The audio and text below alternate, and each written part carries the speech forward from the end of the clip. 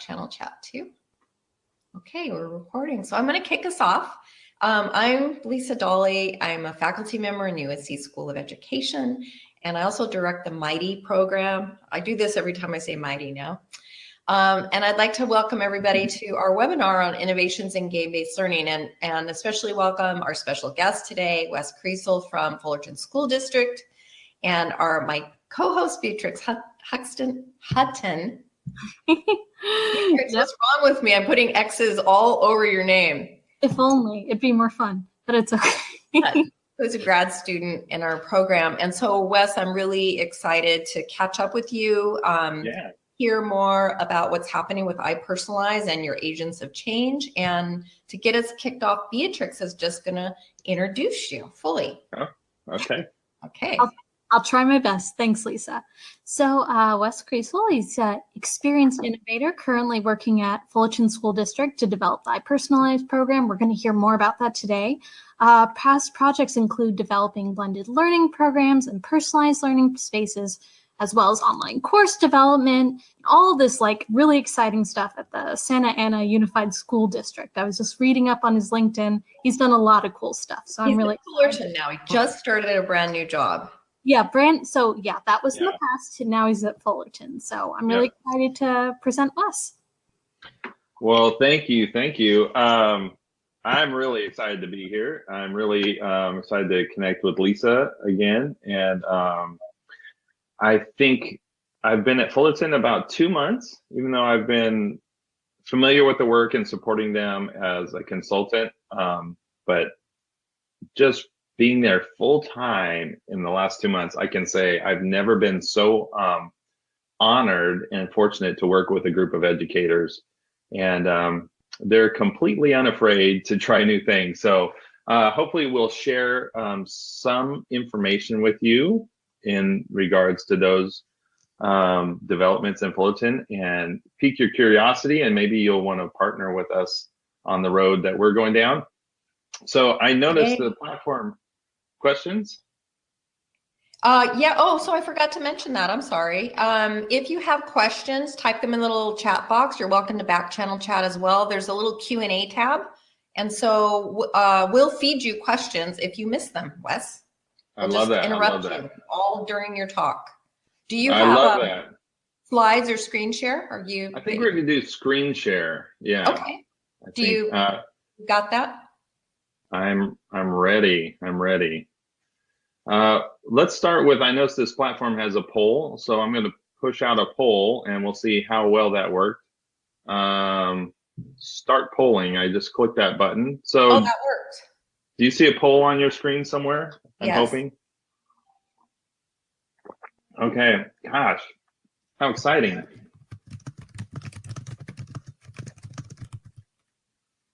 All right, so I think that's maybe all we're going to get.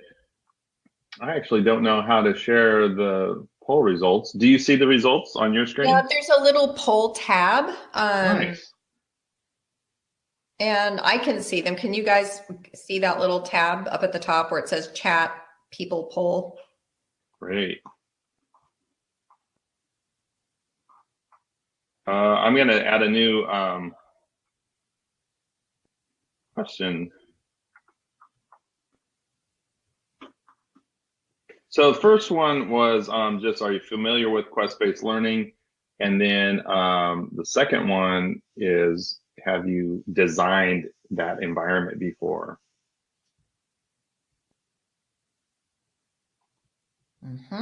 Very savvy group of educators. We have 2 people who have experience. So that's great. That's wonderful. So a lot of what we're going to talk about is on the design side. We're going to cover some of that, and so that's good. Hopefully I'll think of more poll questions, and if you're curious as the audience and you have a poll question you'd like me to ask, just throw it in the chat and we will see where other people are at. Great. So I'm going to start screen sharing, and let's see. I'm gonna one other tab before we do that. All right, so I'm going to start screen sharing, and we are going to go on an adventure here, sharing my screen.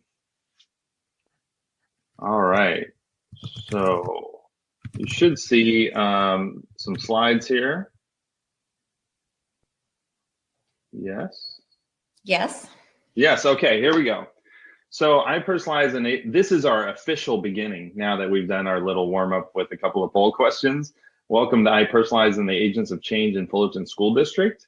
You can actually get the link at the top right for the slides if you want to just peruse those. And I'm actually going to add in some additional material and links as we go. So if that's useful, please dive in.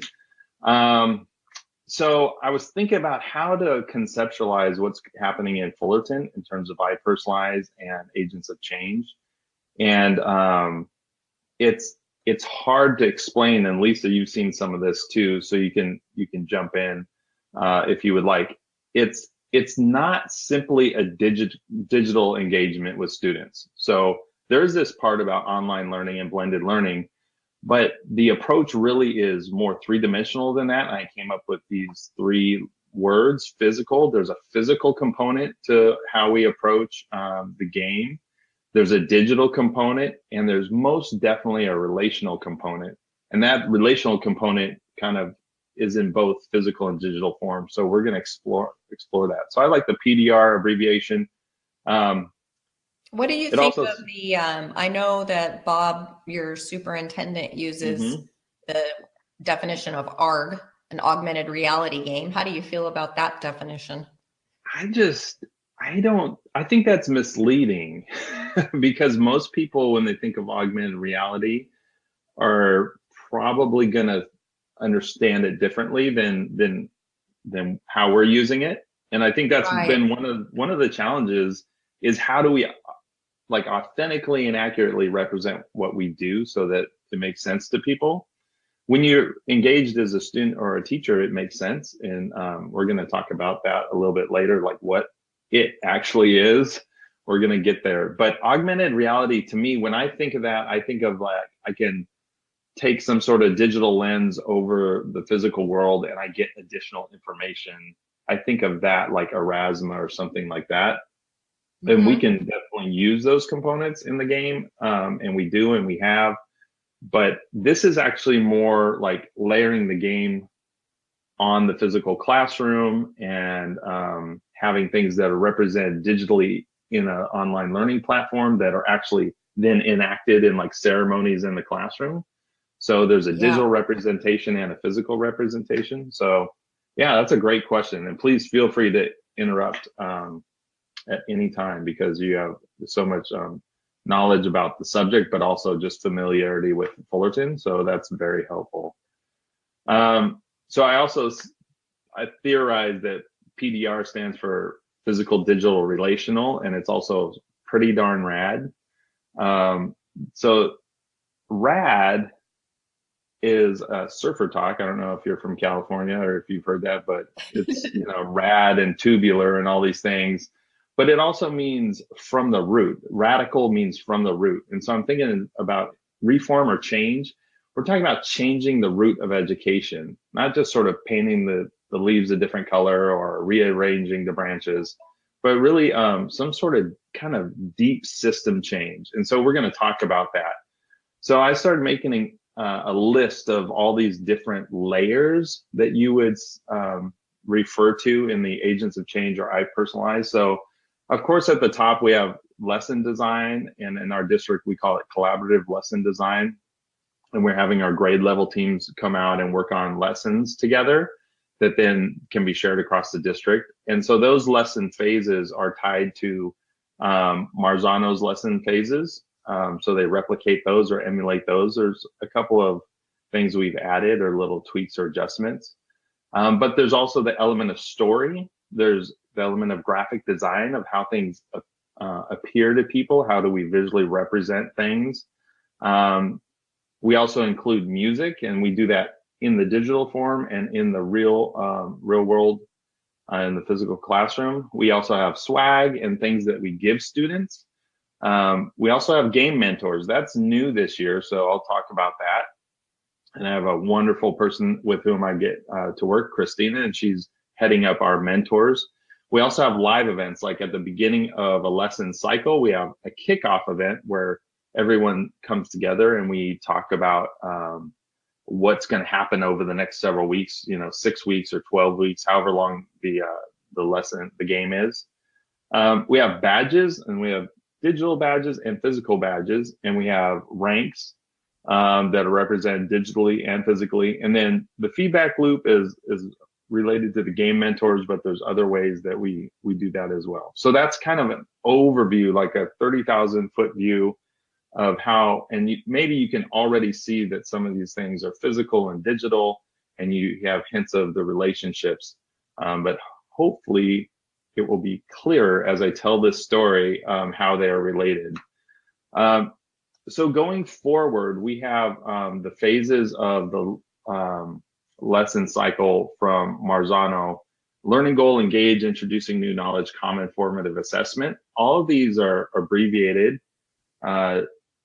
with like 2 or 3 letters in the game. So students will see, let me go back, they'll see like LG, and they know that means learning goal. And that's kind of language and vocab that they are taught and their classroom teachers reinforce. So what's interesting to me is, as we're doing this, students are picking up on kind of an instructional approach or a philosophy, if you will. So this is pretty straight Marzano. And then we have deepen in practice, which means after you pass your common formative assessment, you get the opportunity to go deeper and show what you know in various ways. But something what's interesting about that, Wes, is you guys are a K-8 school district. How young have you taken the work? So how early are kids learning vocabulary, like learning goal? So this year we'll be starting a 3rd grade game. So that's the youngest we've got so far. But I would expect that it'll just keep going. Modified versions of the game will keep going down all the way to kindergarten, probably. I mean, I don't think there's a reason to stop if it's an effective instructional approach, and the philosophy is really supporting our students and their families. We'll probably take it down as far as we can go, and they'll just become more complex and sophisticated. And it'll change with the age, and we'll talk a little bit about that, how we kind of help adapt this for students as they get older. Great. So, and Lisa, you and we've talked about, like, you get students of a certain age or jadedness, maybe, right. And then the game becomes less appealing. So there's definitely a need for us to adapt the game. Like, the game a 6-year-old plays is different than a game a 16-year-old will want to play. Right. In the commercial game world, that's true. And in education, we have to understand that as well. And I think it's so important to set the tone that this project has been in progress now 3 years. Scaling up every year, right?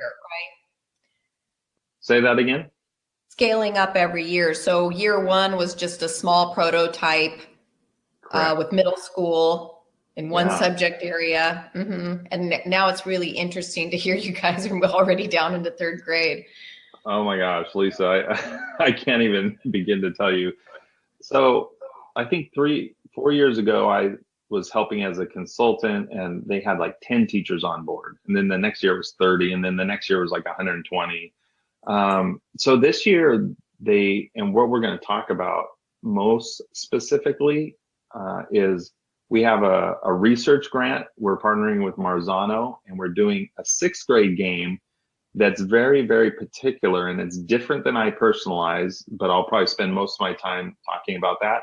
And that is, the 6th grade game is the gamified part of it is only for students who do not pass the common formative assessment. So we're only gamifying the reteach part. And that's what you'll see on the screen after respawn, or after deepening in practice, is a respawn phase, which I don't think you'll find in a Marzano textbook, it's something from game theory. And, Lisa, you've taught me a lot about this. That's that place where you can engage students, like in games, when you have a life and you die, you get a new life and you come back to life, and it's an opportunity to respawn. And usually students, when they're playing that game, they don't quit. I died, and so therefore I give up on the game. Usually the game is built so that you feel like at the point where I am with the knowledge I have, I'm going to go back into this. I'm going to get back to where I was as faster than I did before, and I'm going to go further. And so the respawn lesson phase cycle, or phase of the lesson cycle, is that how do you take students who have not passed the formative assessment, and then you present them with new opportunities to relearn it and to retry their hand at showing what they know. So that's definitely a part of the research grant with Marzano. And then really quickly, we'll just touch on Celebrate Success. That's definitely a part of the culture that we want to build. Is every lesson cycle, there's a moment where the teacher and the students gather. And this is where we talk about the physical environment, I like to think of the word ceremony, of a shared time and space when we celebrate our learning. And I think that's often, we're very busy as educators, and we often can forgo that. And I would almost argue that Celebrate Success can be the one thing that takes students through the rough patches the most, is knowing that they're going to be honored and recognized and seen for the effort they put out. So I'm going to jump forward. In the Agents of Change research grant with Marzano, our game is 700 plus sixth graders who are in the treatment group. We have around 1,200 sixth graders who are participating. So we have a control group and a treatment group, and there's going to be 9 cycles or groups of ELA lessons between August and November. There's a pre-test and there's a post-test. And we partnered with Thrively, which students do a strengths assessment, and then they find out about their interests and their passions and their strengths. And then we're shooting towards a passion conference in January where students are presenting their passions. So we're going to curate.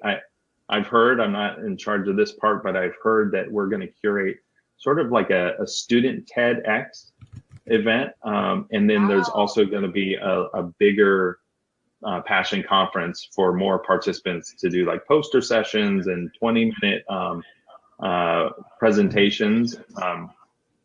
So you can kind of see, even though we haven't gotten very deep into this, that idea of a conference at the end of these lesson cycles to show what you know, and it's related to your passion. So it's this PDR, it's physical, it's digital, it's relational, it's really tapping into who the students are. And I would say that's new this year, the passion project element. And you hinted at sort of iterating and changing and adapting as we go. So that's a new component this year. I love that piece. I'm all about what are you passionate about? I ask my students that all the time. Yeah, for sure. I've never used Lively, so I'm interested in checking that out. Beatrix asked, would this passion project be related to ELA? So the passion project, so they're going to do some writing and speaking. So there's standards related to ELA that they will use as they develop their passion project. So there's an alignment there, but it's not tied to any curriculum per se. So in Thrively, they have sort of lesson paths and resources they can explore. Thrively will suggest videos for them to watch. Let's say they in their assessment, they indicated very heavily that they love to be outdoors and be active, and they love the water. And so they might end up with some videos about, sailing or jet skiing or marine biology, all these things related to what they said they were interested in. They can explore those. So they may decide that in the passion project for the passion conference, they want to do something. This is kind of our famous, superintendent's famous example is, let's say the student wants to design a surfboard and shape the surfboard and create it.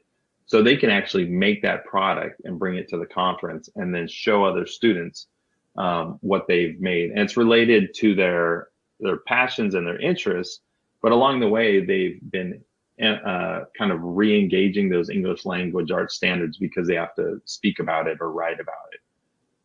But it's kind of, I would say it aligns itself with more of a 20% time or genius hour, as in 6th grade, teachers are encouraged to give them an hour on Friday to work on their passion projects. So it's not directly using the passion projects to teach English language arts. It's more almost like a deepening and practice kind of phase. So good question. Keep them coming. I So just here's wanted a to ask if yeah. I'm having some video issues. It looks like you drinking a cup of, like a meme over and over. You're drinking your cup of coffee. Is anybody else seeing that, or is that just me? I am drinking tea.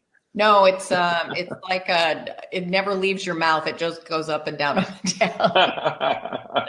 Oh, good. No one else is seeing that. It's on my end. Okay. Okay. All right. I'm gonna go jump back into full screen. So our research question is, does gamifying the reteaching experiences or respawn opportunities change the academic outcomes? So we're thinking so. I mean, that's what we're gambling and we're betting on that.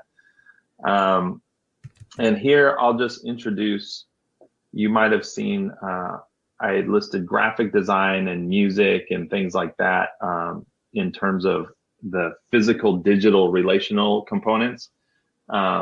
So when I joined Fullerton in August, we realized not only do our teachers need support in learning the vocabulary of the lesson cycles, but our students do as well.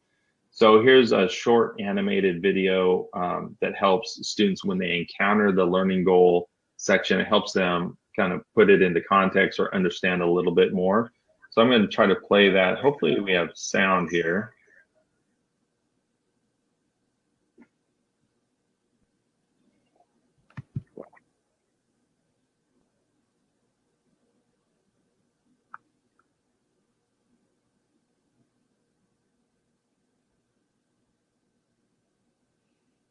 Yeah, I'm not hearing it, Wes.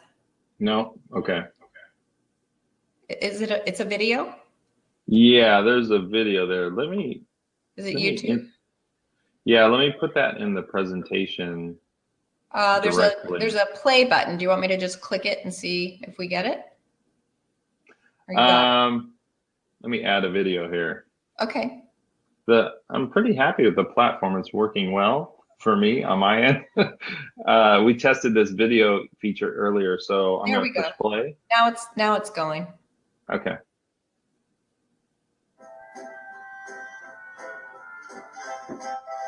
Stands for learning goal.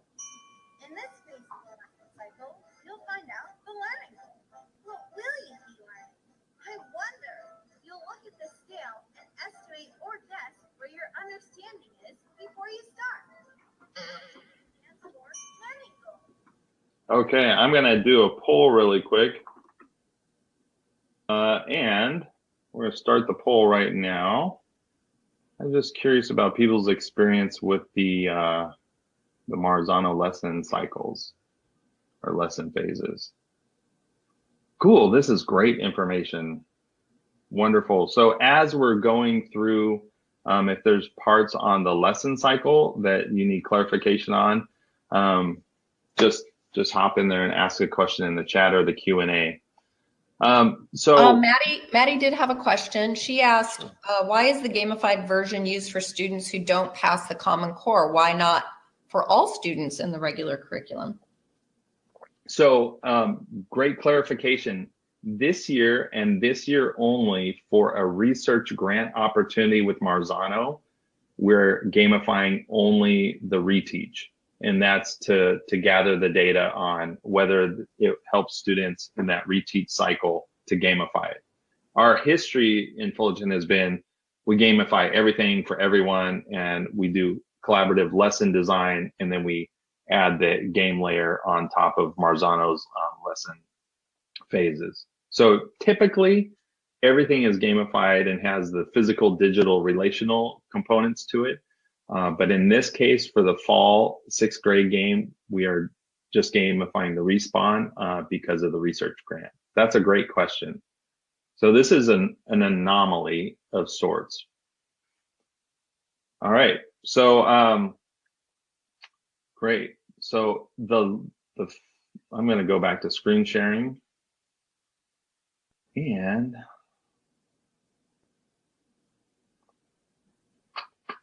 here we go. Sorry for the delay.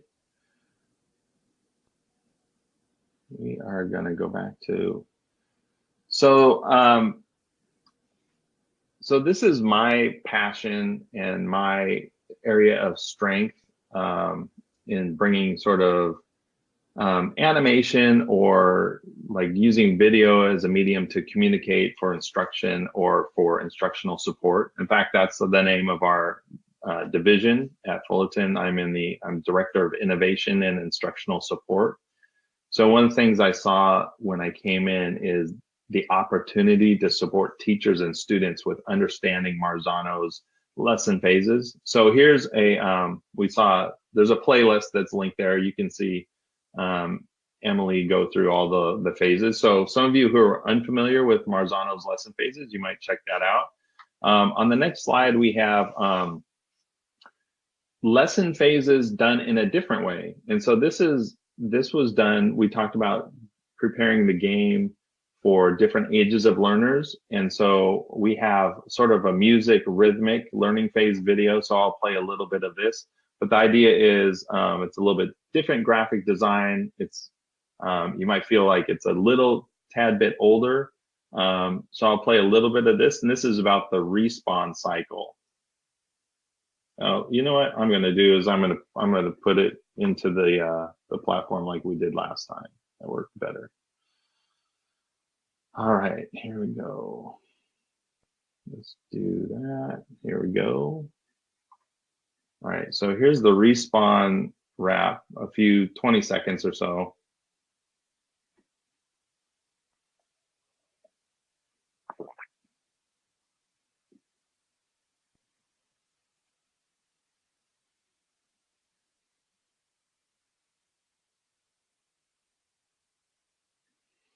All right, so you can, let's remove that video. So you can see the feel is different. The other one's much more cartoony. This is a little more hip hop, slightly older in tone and feel. And so we're trying to adapt the game to reach the learners where they're at. That happens to be my son is a rapper and a musician. I was fortunate enough to have him work on lesson phase raps, and he prepared all those, then I animated them. So part of the physical digital relational component that we talked about, this is using, real creative people, real music, and then pairing it with the instructional vocabulary to help students grasp onto those things. So that's something I just mentioned that I'm passionate about. And Fullerton, one of the things that I really love about working there is they look at your strengths, they're not just looking at you to kind of fill a gap or take care of some tasks, but they really are looking at, and we talk about as a team, like how do we use ourselves as school leaders in the areas of our strengths, knowing that that's going to make us happier, we're going to work harder and achieve better results because we're really engaged. And then you find that when we're really doing that as adults, it transfers into how teachers start to see students and how we start to see students and how we start to engage students. So a little bit later, I'll give an example of, we've had these quests where students are able to make vlogs, and some do it for the points, but we've also found some students who are really engaged and just enthusiastically making the vlogs, and with, several layers of video editing in different locations. And so we're reaching out to them to help us create content for our games as well. So that's an example of the kind of philosophy of your passion really makes you a better person and a better contributor, trickling down to where our learners are at. All right, so I'm going to jump back to our screen, share that. Hey, Wes, there's a couple of questions. Yeah. Lauren wants to know, do you use Apple products in the classrooms? I can't help but notice the name follows along with many of the Apple products. That being said, does the district provide devices for students to use? So I'm not sure I understand the whole question. The name, is that in the chat? It's in the Q&A section. The Q&A, if I could read that. Can you see that?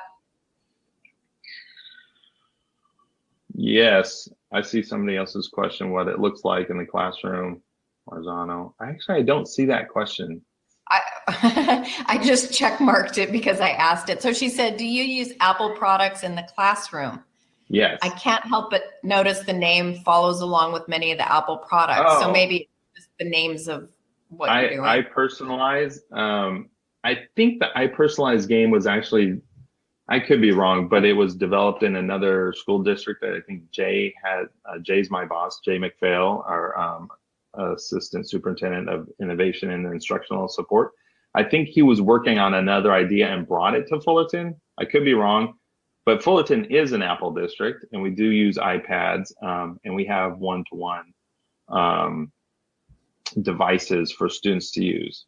It's interesting. Like they call it the VIP program, Visible Innovation Program, and the idea is grades 6 through 8. Students have devices one-to-one, and they can take them home with them.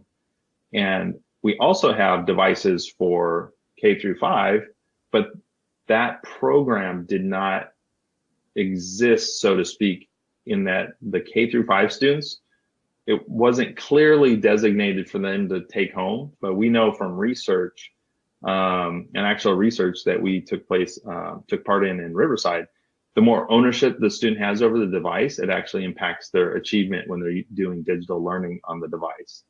And that was a math study we did in Riverside. So one of the things I've been working on with the principal at Maple Elementary, shout out to Anthony, is taking the VIP program, the Visible Innovation Program, the one-to-one device where the device goes home, taking that K4.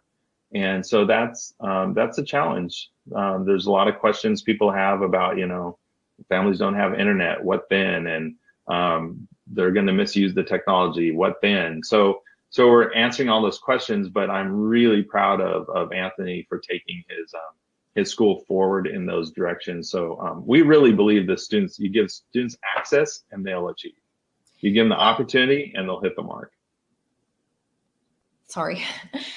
Peter asked, this is the first time I'm hearing about iPersonalize, and I'm learning about the components and impact, but could you describe what it looks like in a class? Yeah, that's good. Let me see if I can pull up a video really quick that I think would probably in a minute do it a little more, help us get a jump start on that. 1 second. We do have actually we do, I think we have one video loaded in there. Let's see. I think, is it under file? We got help from Beatrix earlier.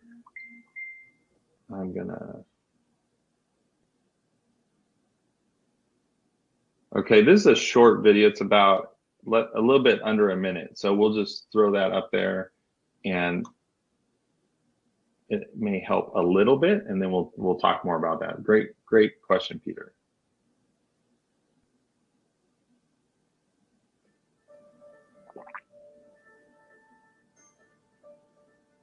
With the iPersonalize program, that's a very important program here to allow the gamification of education. Students are really showing this increased engagement and this increased motivation to reach higher levels of learning, higher levels of understanding, and that's all coming from within themselves. It makes me want to keep going. I'll be up at night. I just need to get this extra 15 XP points. It's extra 20. I just need to do this up. I just have to write a summary for this or make this paragraph. Students have often referred to it as it doesn't feel like I'm learning. It feels like a game. However, when you look at the end of a quest and they're showing their final work product, you can honestly see that they are learning all of the standards necessary to be successful in subsequent. All right, so I think I paused it on a screen that says "Our Young Heroes" at the top. Does everybody see that? Maybe Lisa, you can tell me if you see that.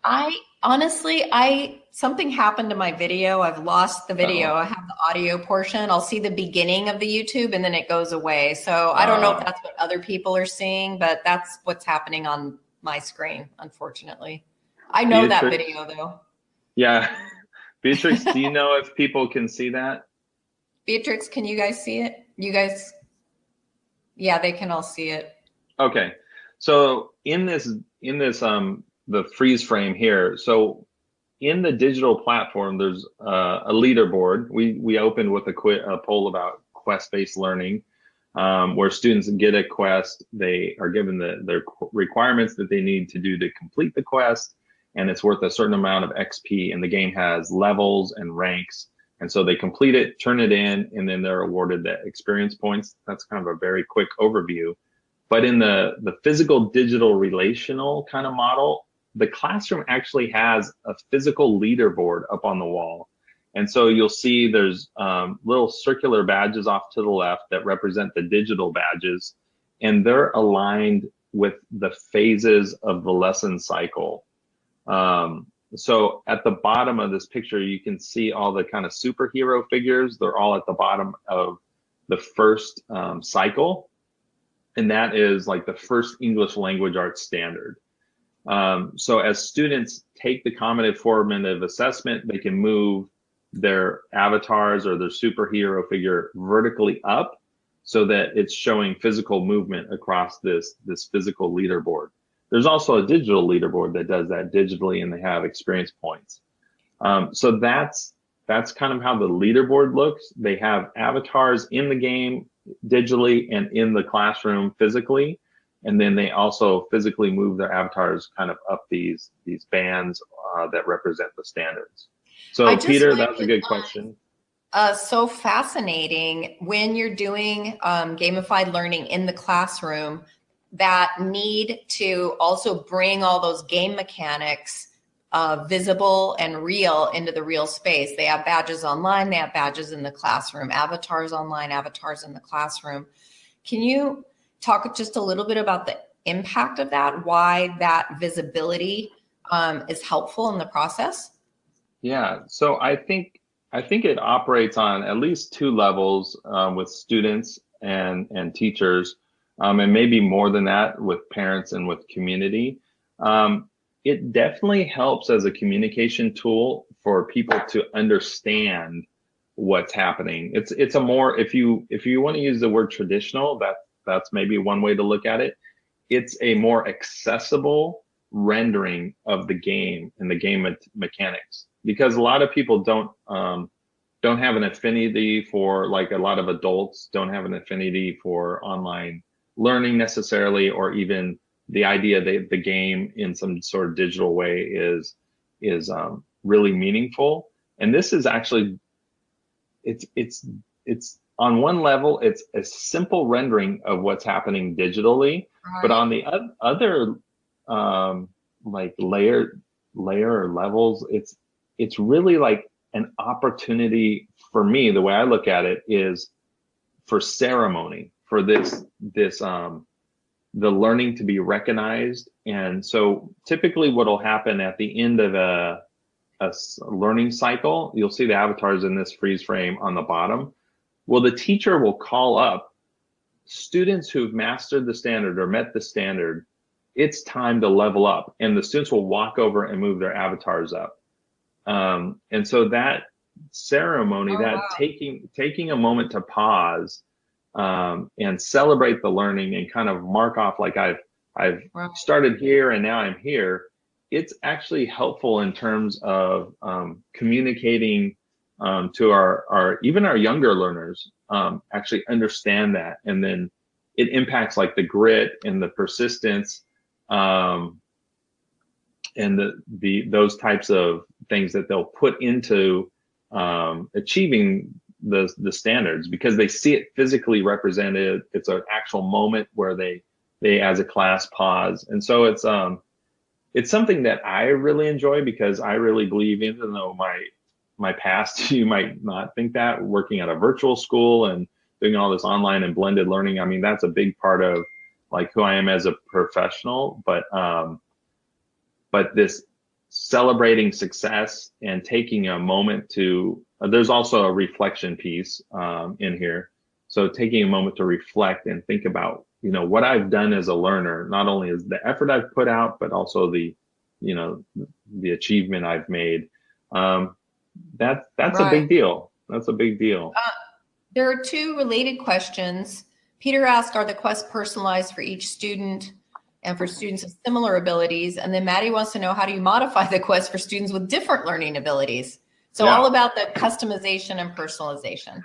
All right, so here's where I would say I'm really, really happy to be with Fullerton.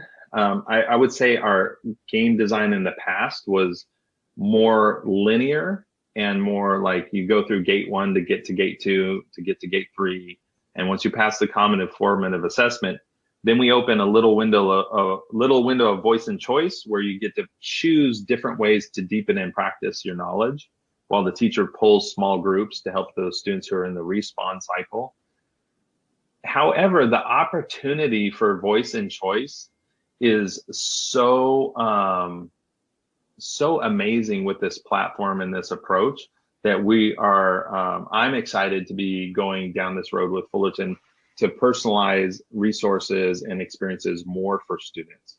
There's a lot that we're doing in terms of agents of change. We'll talk about the relational piece. Hopefully, I see we're running quickly out of time, but we're doing a lot to personalize the resources for the students in the response cycle. So what happens, and this has been kind of my world the last 4 weeks or so, is when a student takes the common formative assessment.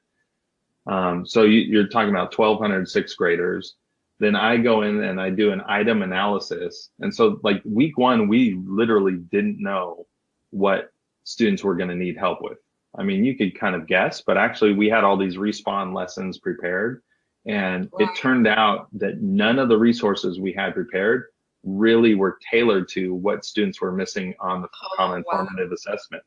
So then I started frantically, putting together other resources that were really targeted to what they were missing.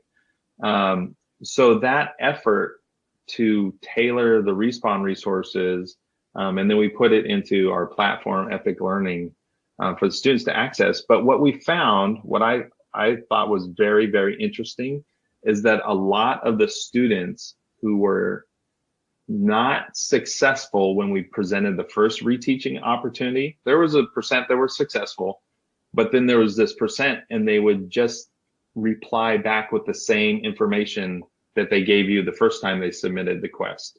And so what we've seen is there's a certain percentage of students, if you say, like one of the standards is connotation and denotation, and if you're saying, is the word pride positive or negative? Well, if you're talking to a sixth grader, every single sixth grader I've talked to throughout this game says pride is 100% positive. Well, as adults, we know that's not the case. And actually, when we fed them scenarios where there was context clues that would show that this person's pride is actually getting in the way, they weren't able to change their mind. And so we're looking at these students who they're being taught that the connotation of a word changes depending on the context that the word appears in, but they kept saying, no, it's positive, no, it's positive. And they would actually argue with us in the quest submission queue, like back and forth, but they wouldn't change their point of view. So we're thinking about, because we're humans, we're educators on the other side going, so what's the solution here? Like how, for this 20% of the students who are in this response cycle and they're not adapting to the new information, how are we adapting as a system, and how can we learn what's a better way to teach them the first time? So our thinking right now is, because we were using text answers, then we shifted to video, and we saw like marginal increases when we gave them a video to look at. But our thinking around those respawn resources is trying to have actual, that was an animated video, but trying to have a teacher like face-to-face and talk to them and even use their name in the video. So we're experimenting with that. But I would say that's one of the things I've learned that we don't know, is when students aren't getting it and we give them a reteach opportunity, some will go on and pass.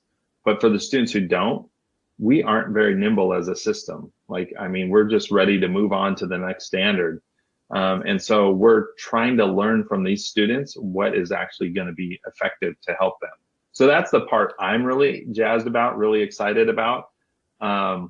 And then there's the other part. If we shift back to the slides, we have mentors, game mentors, and I'll share that very quickly, unless there's another question. These are really good questions, by the way. There is one more question, but Go do you want me to read that, or you want to do slides first? Read the question so I can be aware of it at least. Okay, so Derek asks, passion projects, genius hours, etc., seem to work nicely in middle school because those students don't have the additional responsibility of upper school students, like college prep activities, ACT practice, AP classes, etc. How might passion projects look differently in upper school? And do the motivation, skills, and passion for learning that's middle school students attain from the passion projects carry over into upper school? Yeah, it's a good question. I'll just say briefly, I was in my previous district, Santa Ana. We had one of our high schools was doing Genius Hour or 20% time, and it was a school-wide endeavor. And so like the chemistry class, they would have one day a week just to explore what they wanted to learn with chemistry. Any way they wanted to connect it, they had that opportunity. So I think it's a good question. I've definitely seen it work at both grade levels. So we'll just leave it there with that. You can probably Google some really awesome resources on Genius Hour for high school. But I've seen it work at both levels. Okay, I'm gonna go jump back to the slides. And so we've talked about using graphic design and animation and music. Actually, those were the end of the slides. So let's jump in and show you a little bit of the platform itself. So I'm in the Agents of Change game here. Is everybody able to see my screen? I can't answer that question. Well, yes, hopefully everybody can see it except me. Okay, hopefully. Okay, so this is an instructor view. We have the list of quests here. But if you click on the ranks, you'll see the ranks. As students earn points, they can move up in the game. And the rewards, which were, I will say, humbly designed by myself and not very good. We're having a graphic designer improve our rewards today. So these rewards they'll get, like there's a grit badge. When students, we talk about the respawn queue and how interested we are in working with students when they don't understand something. So there's a grit badge that we award when they submit something, get that quest returned, and then they submit it again. So we give that badge to recognize people who are working hard and not just giving up. So those are the rewards. We also have a group tab that features students' names, but also teams. So we've loaded all these 700 sixth graders into their school teams, so they can actually look across the district, and you can see like Golden Hill right here as a school has 17,000 points. And these aren't totally, like, they won't give you the exact read that you need because certain schools have 4 classes of sixth graders and other schools have 1. But we actually have the students look at where their school team is doing, so that it gives them another like data point that they actually use to be competitive and to not give up and to keep trying. Like the game mechanics of quest-based learning and digital badges and ranks and leaderboards, like I mean, I'm sold. You don't even need to explain it to a student. You need to explain it to adults, but the students just get it right away and they want to achieve. So that's a really quick look at the platform. We could probably, with the time being what it is, we could probably switch to questions and answers. Maybe that would be good use of our remaining few minutes. One more question, actually a couple more questions. Beatrix asked, do they always do an assessment at the beginning? I was surprised to hear that the respawn efforts were misaligned. Does this mean the class is having different problems in other years? Just curious about the context of that. So I think largely, if I'm understanding the question correctly, is we have respawn or reteaching resources that are gathered, like YouTube videos, things like that, websites that you can go to, where the teacher can do small group instruction with the people who need help, or they can actually have independent lessons. That's how we've aligned or provided those resources for the teacher to use with a small group or students to use independently. I've just noticed that we might find a great video on connotation and we have all the information as adults.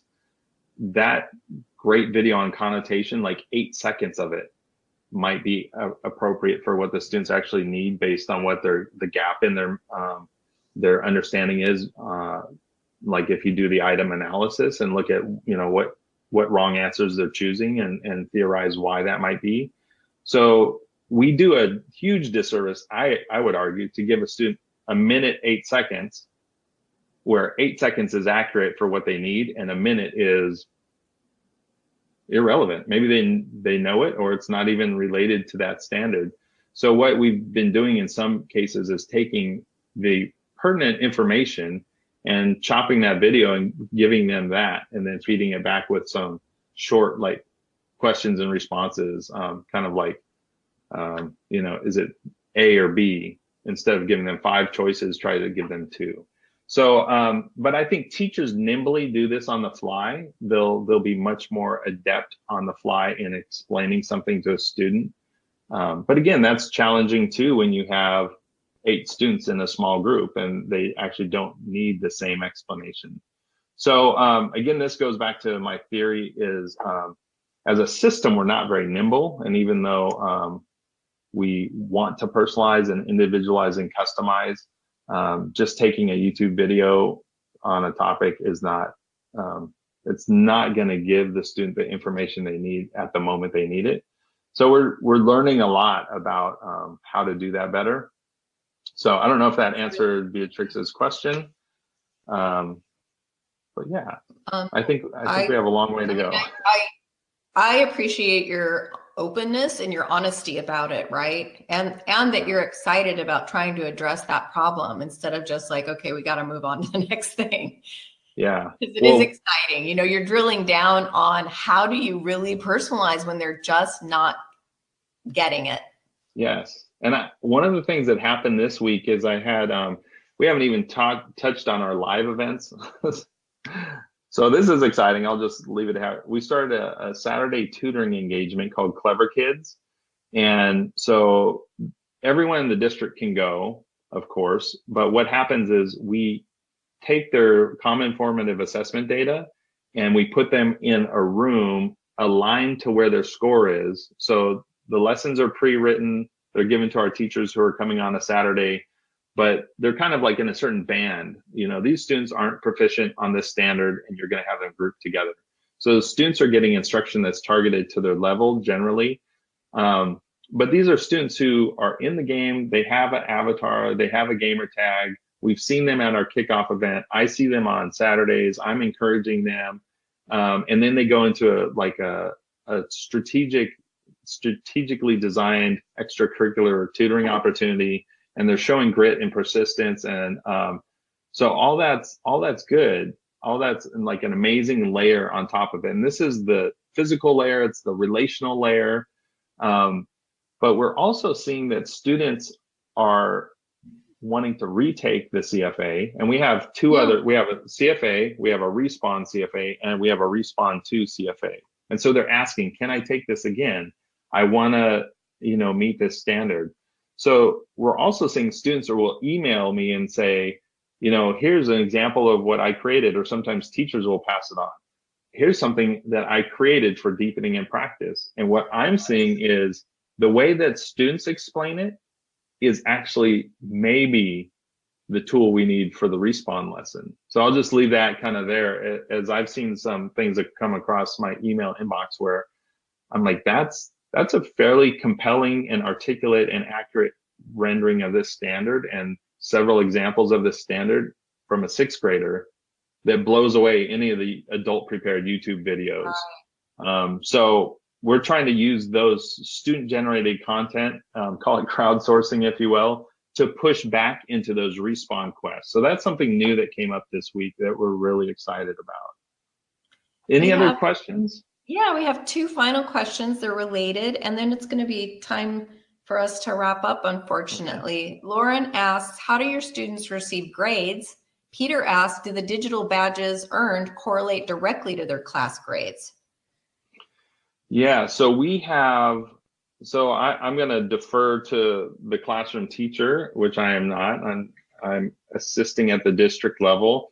So the badge means the standard is met. And we actually have 2 other badges above that, which means met plus and mastered. And those are sort of subjective for the classroom teacher to award as they see that students are going far above, like to the top of the rubric for deepening in practice. So we have those levels that teachers can recognize students for. I'm not informed about how they translate the badge into the grade. I know that the teacher's job is tough, but they do have the data from the Common Formative Assessment. I mean, my personal view is I don't think the Common Formative Assessment, I think it's a good guide. I don't think it's a really, it's not the be all end all whether the student has mastered the standard. Are you done? I wasn't sure. Are you there, Wes? Oh, I think our recording.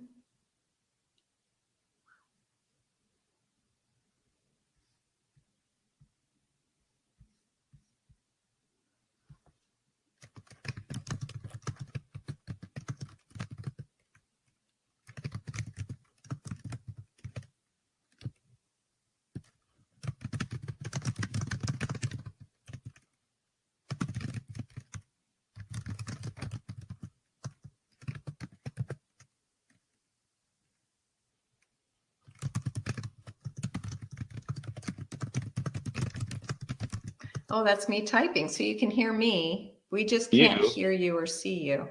I turned my webcam back on. Oh, there we go. I can hear you. Did that help? Okay. Welcome back. No, This is the mystery ending. Yeah, so Peter wanted to know if you guys is Epic, what are we calling the platform? Epic Learning open source and available for other educators to use. Are you guys bringing in other people yet? Yes, definitely. I know they made some visits around the country at conferences and such, and they're working on that before I came, and that's part of my role and responsibility is to reach out to other educators and share. So would it be okay if we shared your email in chat, and if people wanted to contact you regarding that, they could outreach to you directly? Yeah, that'd be great. All right, what is it, Wes? I'll type it. I'll type it in there. All right. And I'll put Twitter, which is really actually almost a better way if you direct message me on Twitter. That's helpful. You like Twitter messaging, huh? It seems like it doesn't get lost in my email inbox as easily. Hey, before we log out, and thank you so much for it was like you just touched the tip of the iceberg with what you guys are doing, because there's so much. I mean, it's such an amazing program. I mean, when I remember when it was shared with me, when I came on school site, they literally had taken maybe 4 or 5 rooms and turned it into an actual journey. And that's how I was introduced to it. I went through room by room as a secret agent, with my kit, my sunglasses, and it's just an amazing program. So thank you all for showing up. Do you want to put a plug in for your BWT? Sure. My wife, thanks, Lisa. My wife and I started a vlog this summer to celebrate our 10 years together. And we have a YouTube channel called BWT, But We're Together. And it's about our journey as an interracial couple in Southern California. And the title comes from, we often go to like a grocery store and we're in the checkout line together. And the clerk will ring us up separately because she's Black, I'm white, and they just visually, they don't even put us together, even though we're standing together holding hands or whatever. It's almost ridiculous. But yeah, we're together. That's what we have to tell people all the time. Yeah, we're together. And there's a lot of other reasons, politically, socially, why there might be reasons why we shouldn't be together, but we're together. So anyways, thanks, Lisa, for that. Yeah, thank you, Wes. I really appreciate it. Do you have a link you want to share just on that? Yeah, On your YouTube channel? bit.ly/BWT. Yeah, how many episodes are you guys in now? It's 6 or We're more? at, I think we did 7, which 7? we typically vlog in our car when we drive and we talk about these topics. And our last one was moving our son back up to UC Santa Barbara for his senior year. So we filmed it in the moving van. I feel like I know you two as a couple. It's my new TV show that I'm watching. Oh, that's fun. Yeah, we're much more successful in the summer at getting weekly episodes. I've known since the school year started, it's been a challenge. But, all right. Well, it's been Thank great connecting and hearing from you, Wes, and good luck in your new job. Really happy for you. Thank you. Likewise, this was very exciting. Let's do this again. Okay. Oh, I'll follow up with you in another year when I teach it again. There you go. All right. All right. Thanks, Lisa. Take care. Thanks, Wes. All right. Bye-bye. Bye. Bye, everybody. Thanks for joining us.